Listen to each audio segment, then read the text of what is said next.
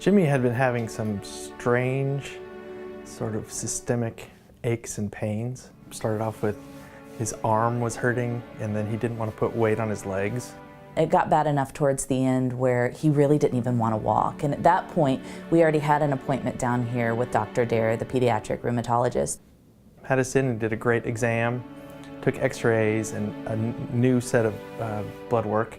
And so we missed lunch, so we stopped on the way home to grab some lunch, and Dr. Dare called and he said, I'm sorry, but you guys are going to have to come back. My heart just sank. I knew it wasn't good. I knew they wouldn't ask us to come back right away for good news. And so Dr. Dare and his nurse CJ sat down with us right when we got back.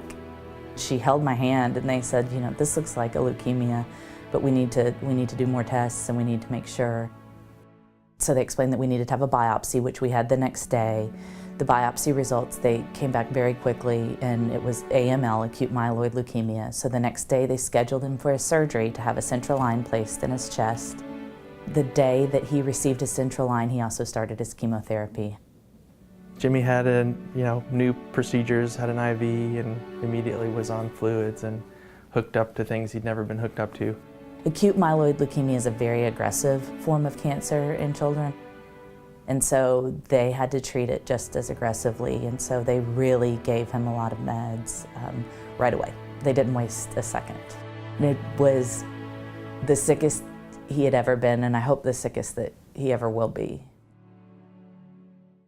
Jimmy loves anything superhero, especially Ninja Turtles, but these days he's also a big fan of Spider-Man and Superman, and all the things that any 3-year-old or 4-year-old boy that lives in Arkansas is interested in.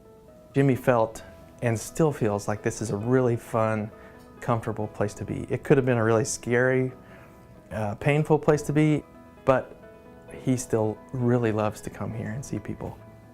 He looked at this as an adventure. For him it was, oh, we all get to stay in the same room. Oh, Grammy and Grandpa are gonna come visit. Cece and Woo are gonna come visit. Oh, they let me eat Jell-O whenever I want. All these things that weren't part of his everyday. So he really saw the positive, and so we tried to follow his lead on that. So we tried to keep it fun. We tried to let him still wear his superhero capes when he could. We talked about his central line, about him having a superpower. He was able to eat and drink and get medication through his chest. Now that his central line is removed, his new superpower is that he beat cancer.